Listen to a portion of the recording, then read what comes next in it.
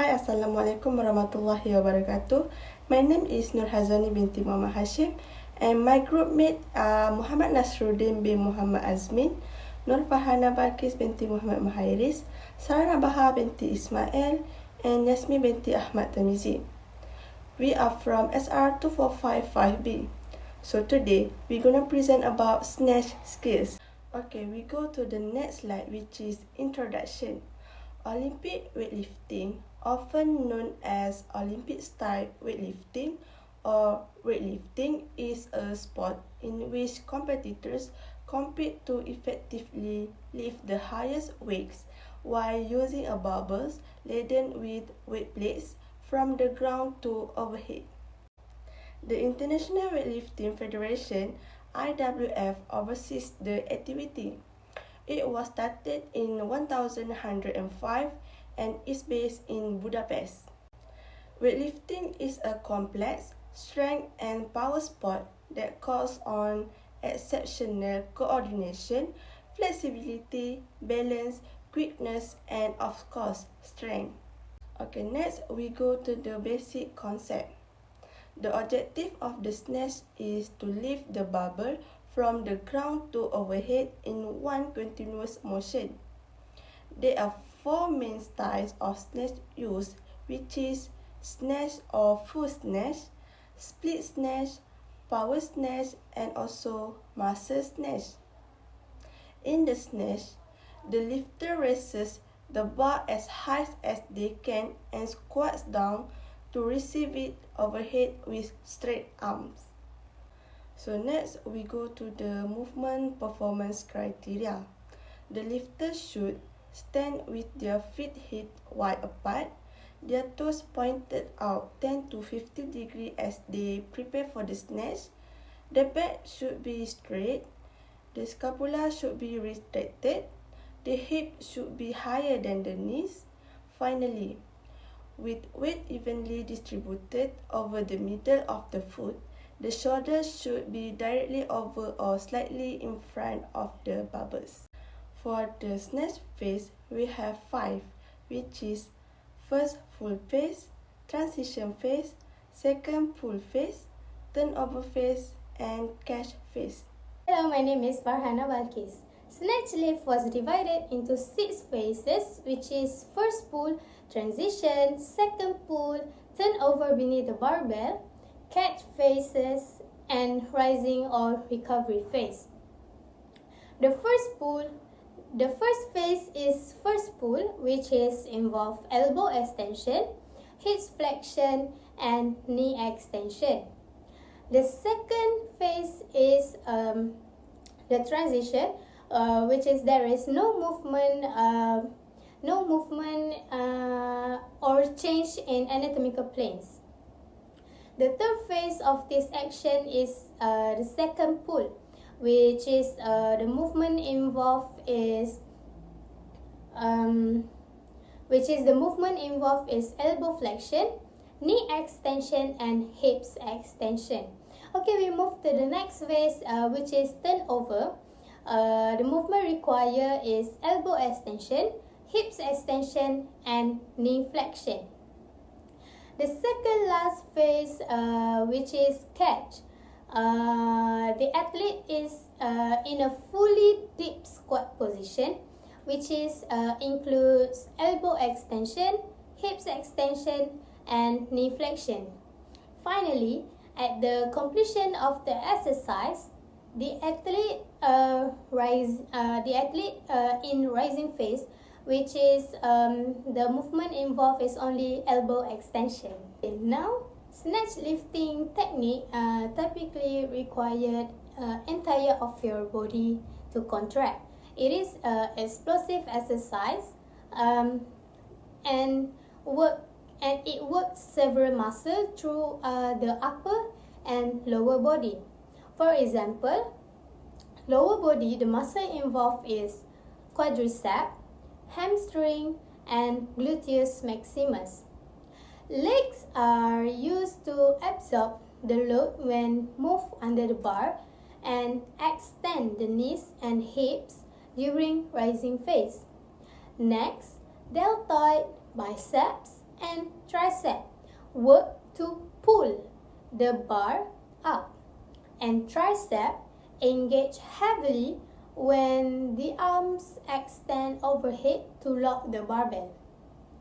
Trapezius and latissimus dorsi work during the pulley phase of the snatch and helps to stabilize the bar.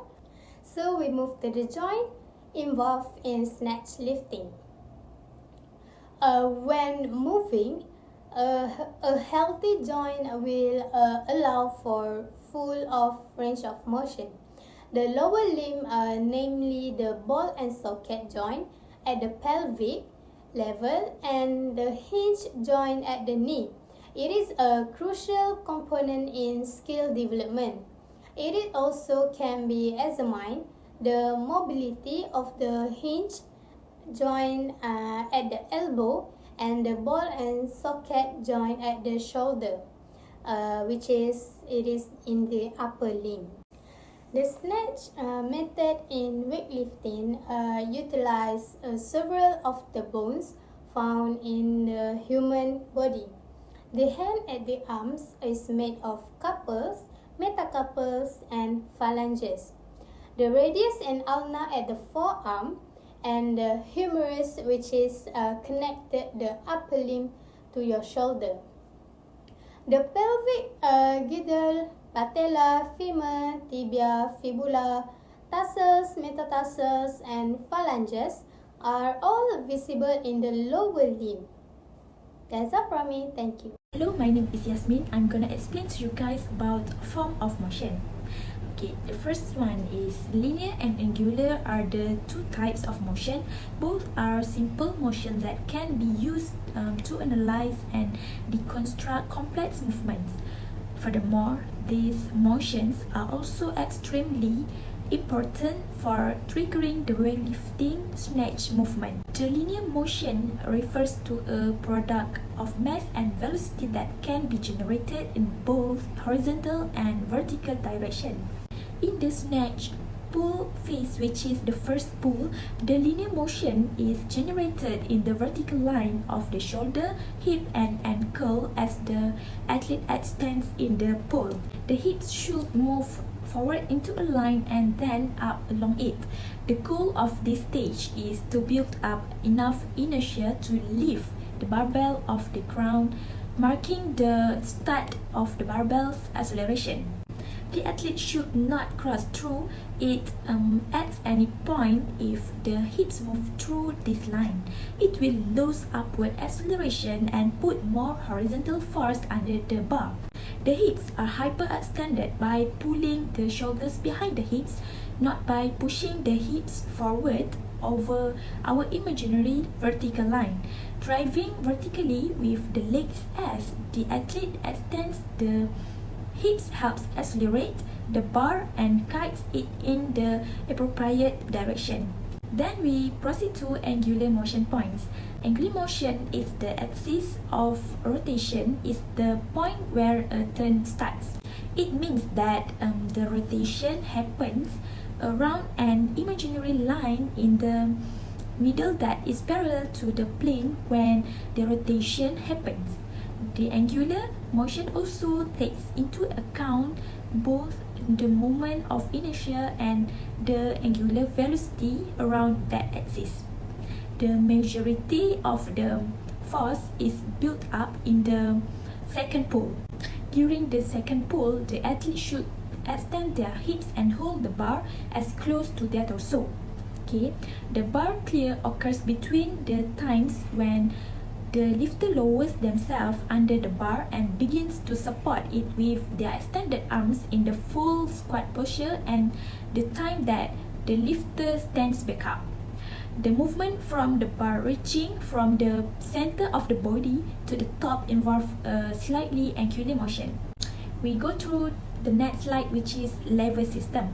A lever system is a simple machine that consists of a relatively rigid bar-like body that can be manipulated to spin along an axis. In the lever system, there are three classes of levers, but the first and third class lever is the most closely related to the snatch movement. Okay, for your information, if they exist in the middle of force and resistance, it will call the first class level. Okay, while if the force in the middle of resistance and fulcrum, it called the third class level. The first pull required is lifted to overcome the inertia of the barbell by using the larger muscles across the hips, such as the glutes. This is achieved through the use of a first class lever system where the barbell is the resistance, the hip is the fulcrum, and the glutes, hamstring, and rectum muscles of the back are the effort. Last one is, this is an example of a third class lever. During the second pull, the shoulder actually acts a fulcrum and the deltoid actually as an effort. As the effort is contracted, it gives support to the load, which is barbell, to create more force, allowing it to move faster and create some torque around the joint. That's all from me. Thank you. Hi, my name is MUHAMMED ISMAIL. Torque is force that causes an item to rotate along an axis and produce fist or spin movement. Torque usually happens in muscle and joint. Unlike in other sports, torque in weightlifting works differently. For example, to have a better acceleration and less fatigue, reduced torque in hip joint is needed. Two candidates have been chosen for this analysis, both with expertise in weightlifting. The purpose for this analysis are to analyze the technique that they use and to analyze the nature of motion in different ways and calculate the values. Our first lifter is Noor. She is 22 years old with a height of 1.58 meter and weight of 67 kg. Next, we have Noor. She is 23 years old with a height of 1.5 meter and weighing 61.5 kg. Okay, now we will move to the frame segment of sport skills sequence of movement. Okay, now we will start from the first phase, which is first pull phase. On this phase, the athlete begins with lifting of a barbell off the ground and finish with the knee reaching the first maximum extension. During this phase, the knees and hips are extend as the ankles are plantar flexed, and make sure the entire foot stays in touch with the ground to avoid any unbalanced movement. She needs to make sure her trunk at a consistent angle with relation to the ground. Okay, next is a transition phase. This phase begins at maximal knee extension and ends at maximum knee flexion. During this phase, the knees are pulled anteriorly towards the barbell and flexed roughly 20 degrees while the hips continue to extend. Okay, now we will move to the next phase, which is second pull phase. In this second pull phase, the athlete need to begin with the most degree knee flexion and finish with the maximum extreme knee extension. She needs to continue to drive the barbell forward with her hips fully extend by shrugging her shoulder up to ears.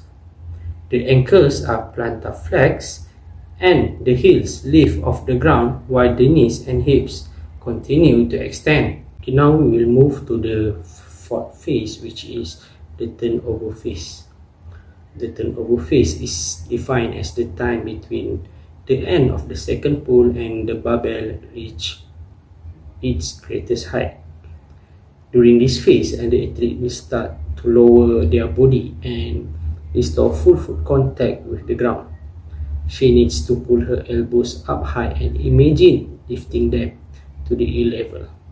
Then immediately turn them over so that her palms will face forward to launch the barbell above her head.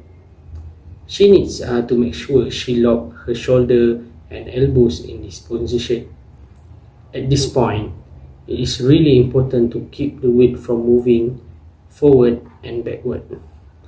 If she does not stop the weight by locking up her shoulder, it will continue on its trajectory, and it will increase the risk of injury by harming her or pulling her down with it.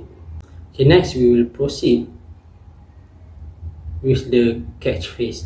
The catch phase is start from maximum barbell height, and then she needs to catch the barbell in a power stand with her knees slightly bent, which is similar to the overhead squat position, until the barbell is secure above her head.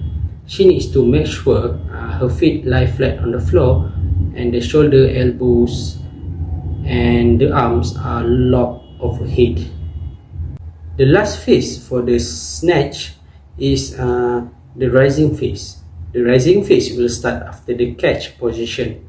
She needs to step her feet to a natural standing stance position while keeping her core firm. Firstly, we will be evaluating the kinematic properties. For kinematic properties, we analyze the range of motion and the object trajectory. Range of motion refers to how far you can stretch your body parts, such as joints and muscles. Both lifters show differences in the range of motion. They use the proper technique, but the force production may be inefficient. Next is the object trajectory. This refers to the line movement of an object. To study the barbell trajectory, we use the total amount of horizontal displacement. From our investigation, both lifters' barbell were in optimal trajectory of the bar.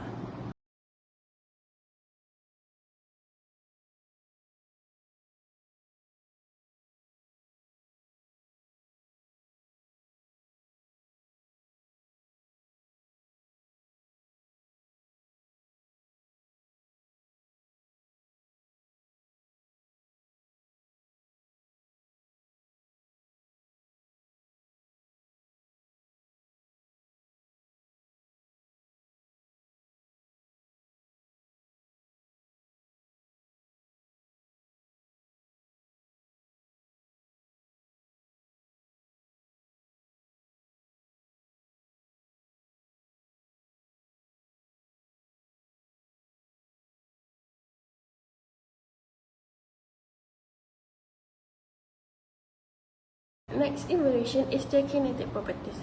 First, force. Force is a push or pull force that an object experiences as a result of interacting with them. In this case, lifter exert force against the barbell and cause the bar to have vertical and horizontal displacement. The second property is center of gravity. The lower the center of gravity, the greater the stability of the object. Both lifters lower their center of gravity by having a deep squat when handling their barbell. These are the strengths and weaknesses that we can conclude from our analysis. As I mentioned earlier, both athletes use proper technique to lift their bar, but from the analysis result that we get, the force production can be inefficient in some ways. Next is the athlete give great cooperation while we conducting the recurring. However, the result that we get from them might be influenced by their stress level, as they were both a busy full-time athlete. And having to train outside of their schedule can be quite tiring because they already have a full day before and have to help us in our experiment. These are the steps that can be done to maximizing their skills. First, athletes need to be more aware of the anatomy and physiology of their body. Elements such as range of motion, body alignment, acceleration of movement all should be taken for a better lift. The second one is having a regular visit from biomechanics. Having a biomechanist to regularly visit and do analyzing on their skills or performance can be a good step to help improve themselves. And last but not least, coach play an important role to consult the athlete to change or maintain their current performance.